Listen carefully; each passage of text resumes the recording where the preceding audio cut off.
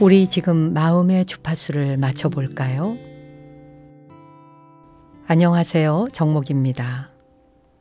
마음 비타민을 충전하는 오늘의 오디오 클립 시작하겠습니다.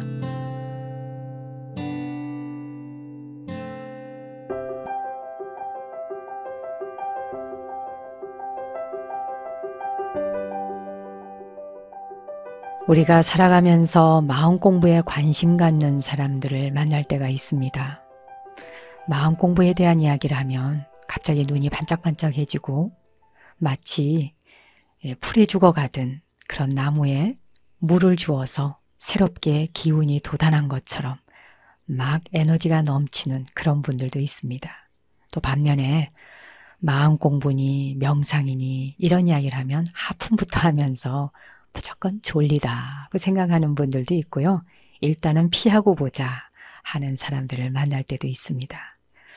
이 모든 것이 그 어느 것도 잘못은 없습니다. 각자 자기의 업연 따라, 인연에 따라 귀가 열려서 들리기도 하고 눈이 열려서 보이기도 하고 또는 눈이 닫혀서 안 보이기도 하고 귀가 닫혀서 안 들리기도 할 뿐이겠지요. 앞서거니 뒤서거니 순서가 있을런진 모르겠지만 우리 모두는 다 깨달은 자이며 잃어버렸던 기억을 되찾기만 하면 되는 것이지요. 똑같은 법문을 듣고 있어도 그 법문을 듣고 개안, 즉 마음이 열리는 사람이 있고요. 똑같은 법문을 듣고 있어도 귓등으로 흘려들어서 전혀 그것이 삶에 도움이 되지 않는 분들도 있습니다. 부처님이 살아계시던 그 당시에도 그랬던 모양이에요. 원시경전을 보다 보니까 부처님이 제따와나 수도원에 계실 때 5명의 신자가 찾아왔어요. 이 5명의 신자가 찾아와서 법문을 듣는데 마음을 집중하지 못하는 일에 대해서 말씀을 해놓으신 그런 경전에 재미있는 내용이 있더군요. 5명의 제가불자가 제따와나 수도원에서 부처님으로부터 이제 설법을 듣게 된 장면을 우선 상상해 보세요. 그런데 그들은 각기 부처님에 대해서 이런 생각을 하고 있는 거예요. 저분은 왕족이시다. 또 한 사람은 저분은 브라만이야. 또 한 사람은 저분은 재산이 많은 사람이지. 또 한 사람은 저 사람은 가난한 사람이야. 매일 남한테 얻어먹고 살잖아. 뭐 이런 가지각색의 생각들을 하고 있었어요. 다만 그 5사람 중에 단 한 사람만이 아주 중요한 것은 오직 부처님께서 어떤 설법을 하시느냐 여기에만 관심이 가 있었지요. 또 그런가 하면 부처님께서 설법을 하시는 동안 한 사람은 아예 코를 골고 잠이 들었고요. 또 한 사람은 손가락으로 흙바닥을 파고 있었다고 해요. 그러니까 손으로 계속 흙을 파고 앉았는 거죠. 그러니까 그 당시에 이렇게 야단 법석이라고 해서 야외에서 부처님께서 설법을 많이 하셨던 것 같아요. 또 더운 나라 지방이다 보니까 비가 오는 오기철이 아닌 다음에는 실내가 아니라 실외에서 특히 나무 밑에서 법문을 많이 하셨겠지요. 그러니 법문하고 앉아서 손으로 흙을 파며 장난하기도 쉽고 재밌었을 것 같습니다.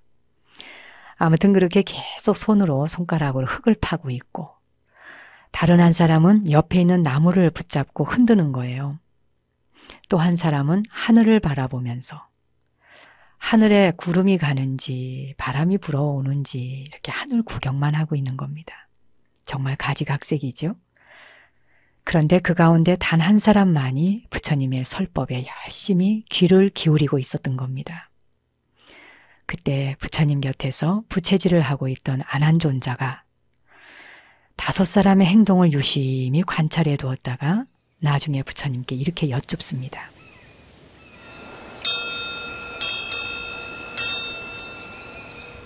부처님, 저는 참 궁금하고 의아한 것이 있습니다.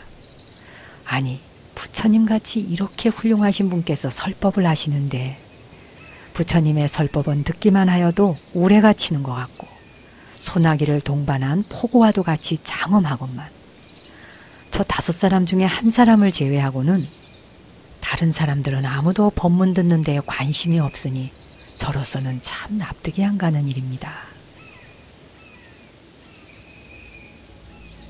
그러자 부처님께서는 아난존자에게 이렇게 물으시죠. 아나나, 너는 저 사람들을 알지 못하겠느냐? 부처님, 저는 알지 못하겠습니다. 아나나, 여기에 있는 저 5사람 가운데 잠을 자고 있는 저 사람은 지나온 500생 동안 뱀의 몸을 받았었느니라. 그는 그때마다 머리를 몸속에 틀어박고 잠을 잤기 때문이니라. 그렇게 살아왔던 과거의 훈습 때문에 그는 이번 생에서도 역시 잠에 빠져서 열애의 이 중요한 설법을 듣지 못하고 있는 것이다. 그러자 아난존자가 그렇다면 부처님, 저 사람은 계속해서 500생 동안 뱀의 몸만 받았었습니까? 아니면 중간에 다른 몸도 받았던 적이 있습니까? 아나나, 그는 어느 생은 인간으로, 어느 생은 천상의 사람으로, 또 다른 생은 뱀의 몸으로 태어났었다. 그가 생을 받아 태어났던 횟수는 실로 탁월한 지혜로서도 밝힐 수 없으리만치 많다. 그리고 그가 무엇으로 몇 번 태어났었는지를 밝히기도 실로 어렵다. 아나나, 그는 이같이 오랜 세월 동안 헤아릴 수도 없는 무식업내로 뱀의 몸으로 태어나 잠만 잤거니와 아직까지도 그 잠을 만족치 못하고 있는 것이다. 그리고 아나나, 저기 손가락으로 바닥을 후벼 파고 있는 남자가 보이느냐? 저 남자는 지나온 500생 동안 흙 속에 사는 지렁이로 태어나서 흙 속에 파고들며 살았기 때문에 지금도 열애의 법문을 듣는 일에 실패한 것이다. 그리고 저 반대편에 있는 나무를 붙잡아 흔들고 있는 저 남자가 보이느냐? 저 남자는 지나온 과거 500생 동안 원숭이의 몸을 받았었느니라. 그래서 지금도 방향을 자꾸 바꾸어가면서 이 나무 저 나무를 옮겨 다니던 버릇이 남아 저와 같은 행동을 하고 있는 것이다. 그래서 열애의 설법이 귀에 들어가지 못하고 있는 것이다. 그리고 저쪽 뒷줄에 있는 사람, 하늘을 쳐다보고 있는 사람이 보이지 않느냐? 그는 지난 500생을 하늘의 문을 연구하고 별들이 가는 길을 보는 점을 치던 사람이었다. 그래서 지금도 계속해서 하늘을 뚫어져라 쳐다보며 별들의 길을 관찰하고 있는 것이다. 그러나 아나나, 여기 열애의 설법에 귀를 기울여서 열심히 듣고 있는 사람은 과거 500생 동안 브라만으로 태어나서 세계의 베다에 정통했고 그 성전을 독송하는 데 열성적이었다. 그래서 그는 오늘도 열애의 진실 법문을 예전에 그가 성전을 받아들이듯이 매우 열성적으로 받아들이고 있는 것이다.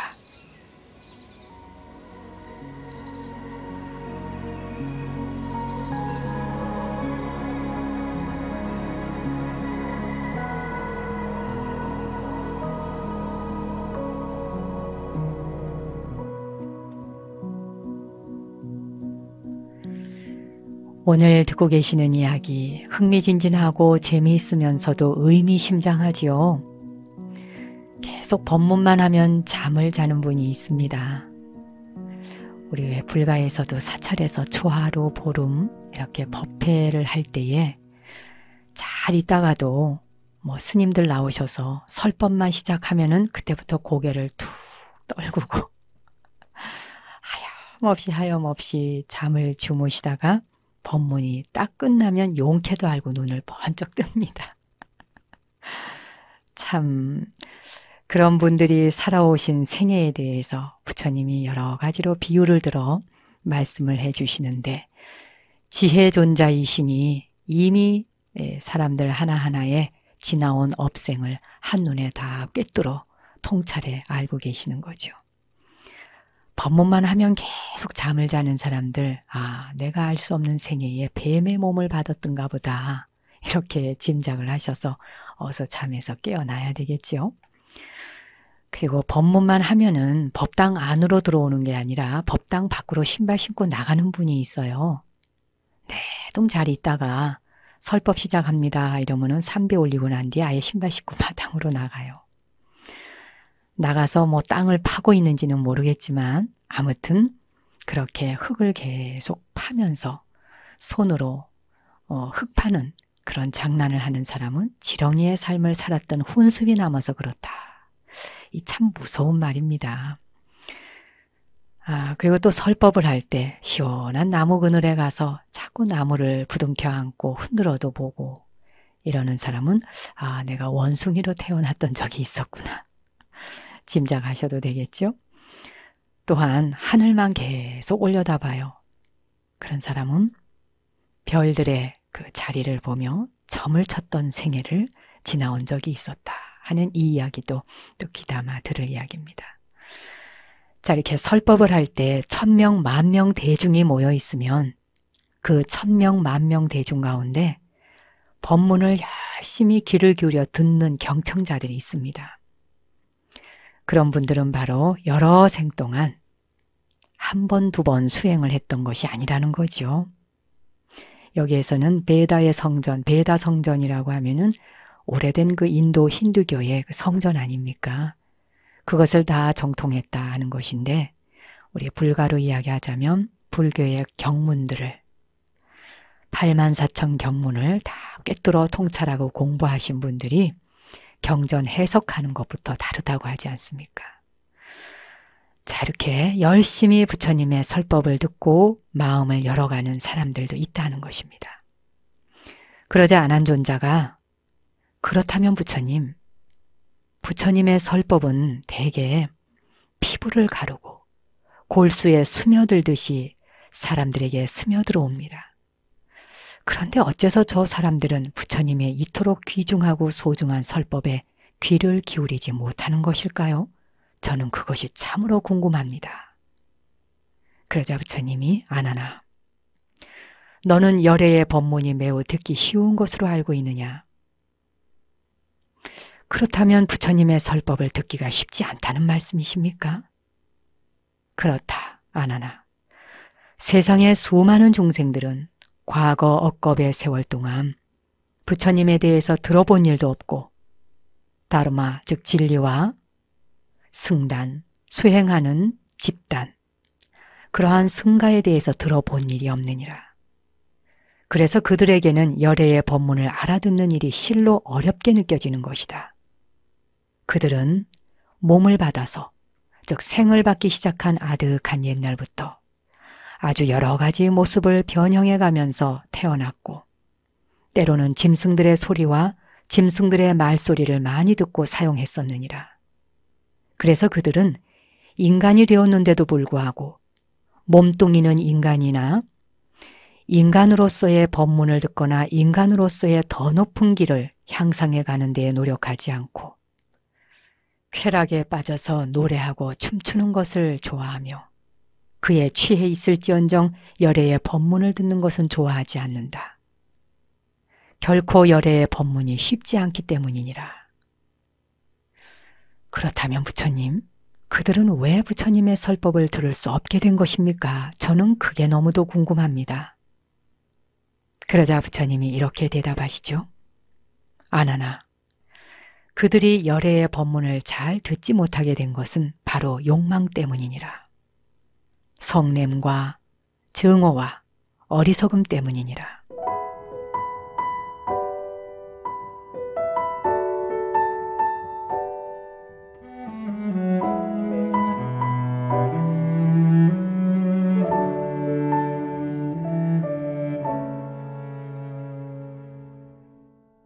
그렇군요. 부처님의 말씀을 듣고 보니 왜 그토록 부처님의 법문, 가르침이 진실법이 귀에 들어오지 않는지를 이제 아시겠습니까?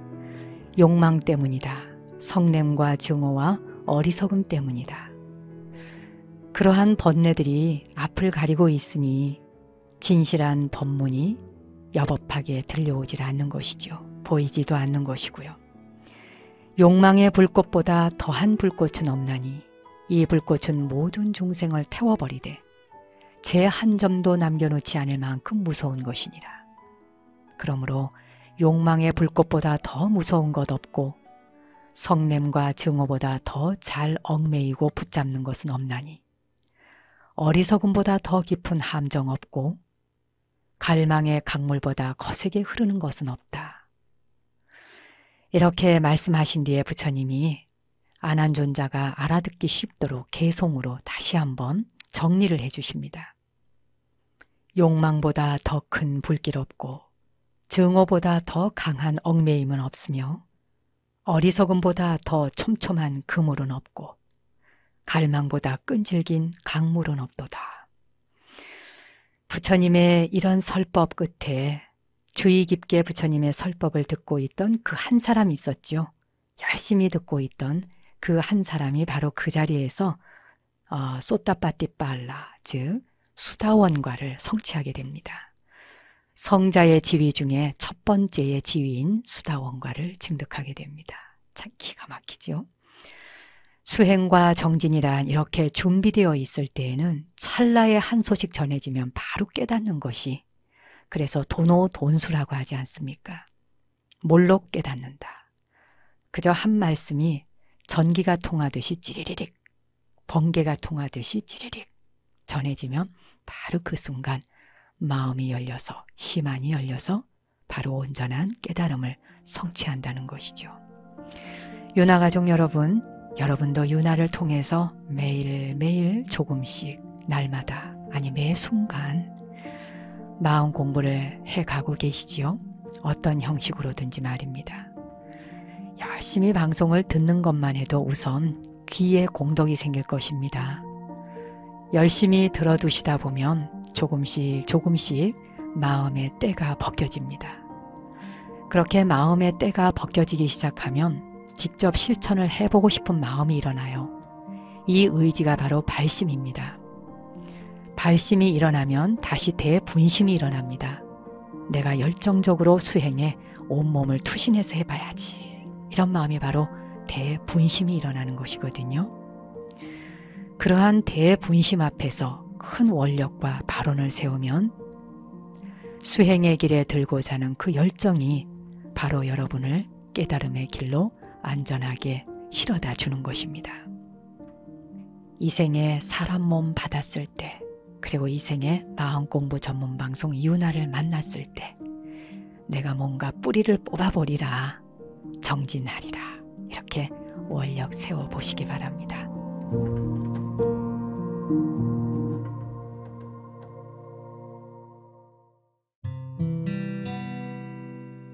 오늘도 함께 해주셔서 감사합니다. 당신과 내 안의 신성한 빛, 거룩한 불성에 경배 올립니다.